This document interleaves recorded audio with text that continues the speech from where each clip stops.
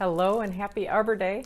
I'm Miss Kirsten and I'm here to read you a story and take you on a little field trip today.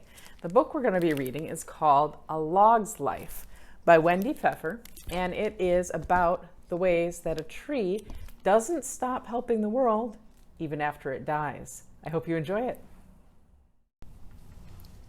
A Log's Life by Wendy Pfeffer, illustrated by Robin Brickman. Deep in the forest, a great oak tree stands. A family of squirrels lives in a hole in its trunk. A porcupine chews on its branches. A colony of carpenter ants nests under the outer bark. A woodpecker pecks at the rough bark, searching for insects.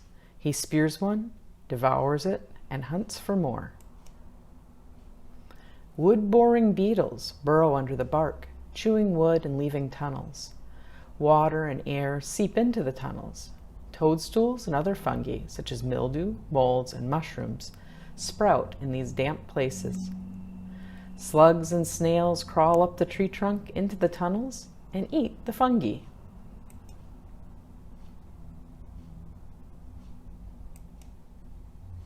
One stormy day, a strong wind whips through the forest. The old oak tree bends with every gust. Rain pelts its branches, wind tosses its leaves through the air. Lightning flashes and sizzles down its trunk. A thunderous crack startles the porcupine sleeping nearby. The tall oak begins to topple. Squirrels feel the trembling and scramble out of their hole. One strong gust of blustery wind tears the great oak's roots from the ground. The tree crashes down, shaking the forest floor.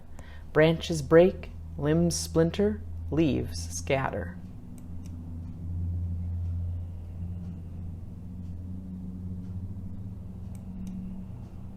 Now it's a giant log. Soon the storm stops and the sun comes out. An umbrella of leaves and tangled branches block the sunshine from the forest floor. The porcupine comes out of its den. Squirrels scamper to see the old hole that was once their home.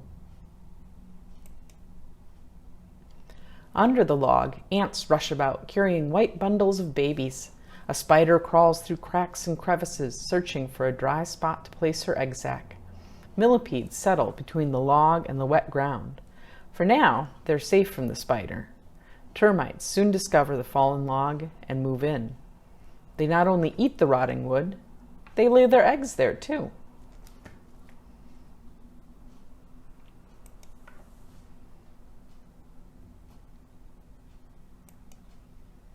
For 3 or 4 years, through hot, cold, wet, and dry seasons, ants, beetles, fungi, slugs, snails, spiders, millipedes, and termites live in the log. One winter, the porcupine's hollow log collapses. He moves into the oak log too.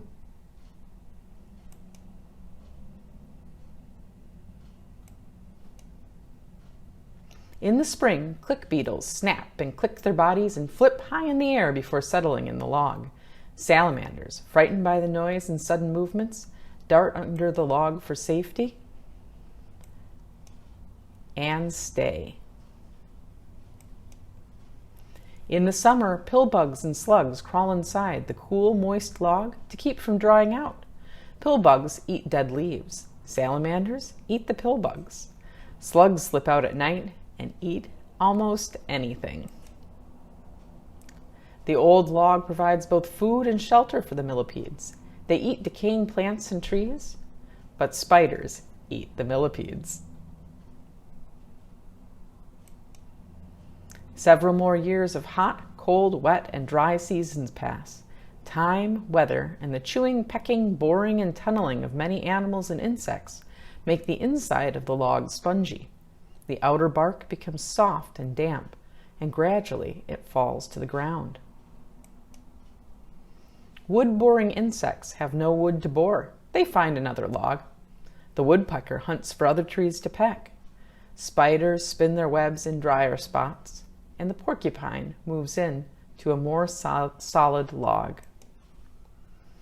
Slowly, a lush green blanket of moss carpets the rotting log. Its thick roots break down the wood.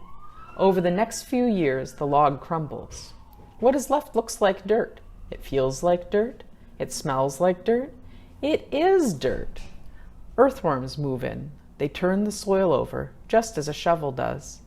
They burrow down and break up the soil, just as a rake does. In about 10 years, the rotting log has become a mound of rich, black earth. One autumn day, an acorn falls from a nearby oak tree. A squirrel buries it in the rich soil. A seedling oak sprouts and grows until one day, deep in the forest, another oak tree stands. Squirrels move in, so do carpenter ants, beetles, and woodpeckers. The ants build nests, the beetles burrow, the woodpeckers peck. For years, life goes on in the oak tree. Then one night, the wind whistles through the trees. The old oak bends and shakes. It crashes to the forest floor and becomes another giant log.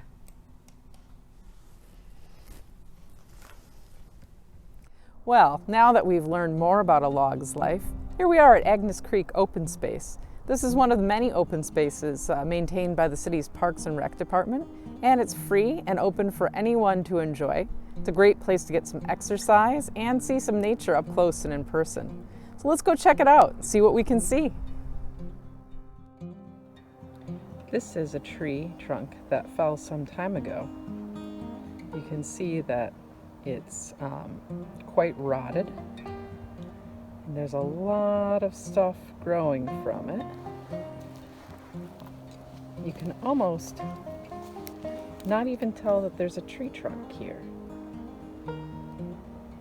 But if you look closely, you can see the edges of the tree trunk. This wood's all rotted. And if you look closely here, there's bug holes and spider webs and lots of moss. What kind of animals do you think might make use of this? I bet there's lots of bugs in this tree trunk. I don't know if we'll see any here, but you can see how crumbly it is and soft. This tree trunk is returning to the dirt. Pretty soon, you might come in this trail and not even be able to tell that there was a tree here at all. A lot of the tree trunks in this open space, some of them fell from wind. Some of them were cut down as part of thinning the forest. This stump has a lot of moss, and there's some mushrooms there. And if you look at the top, you might even be able to count the rings and see how old the tree is. And look, there's some more bug holes. It's hard to tell at first, but this whole area here that at first looks like maybe a pile of dirt is actually a really tall tree that fell, probably in a storm. If we go over here, you can see where the roots used to be and part of the trunk, or stump. Look at that. This was a big tree. Now, I'm not seeing any animals here, but you can see there's lots of holes in the trunk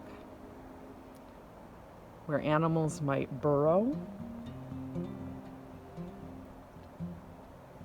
or look for food. A lot of times these trunks, you'll see birds pecking at them, looking for insects. Look at how big this tree once was. It's probably 20 or 30 feet tall.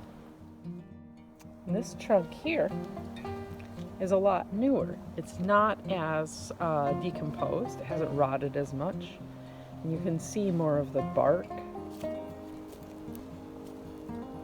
You can really tell that this was a tree. When you go out walking in the open spaces, you can watch for these too. Look at all of this moss. And there's some shelf fungus there. Oh, and that's some, at first I thought that was some bird poop, but that's some more fungus too.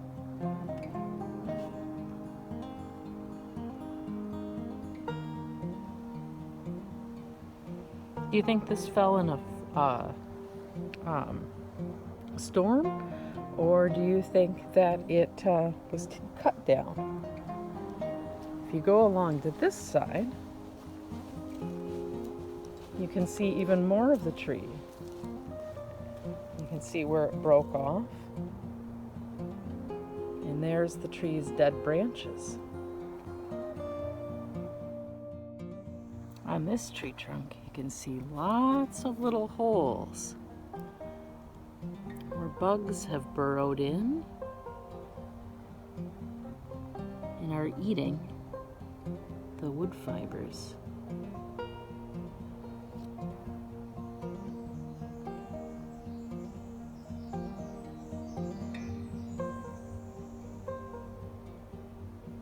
And now this trunk is also home to lots of moss and lichen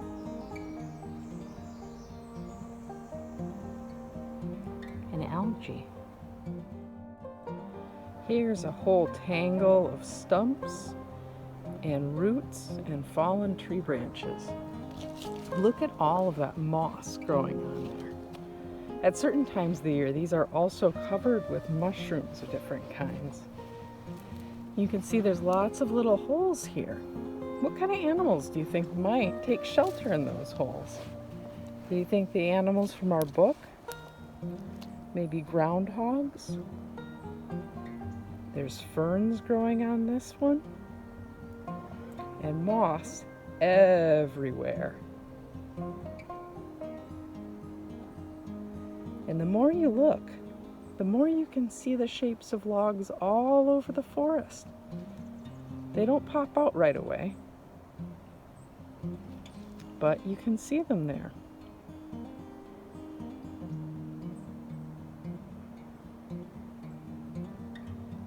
What do you think you might find if you sat and watched this log or stump for a while?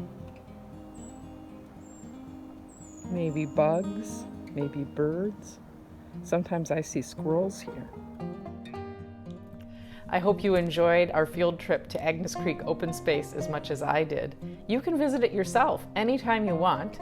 It is located at the end of Southwest 19th Street, or you can follow Southwest Dune. If you have difficulty locating it, you can look it up using any map program. Just search for Agnes Creek Open Space, or you can give the Community Center a call at 541-994-2131, and they'll help you get there.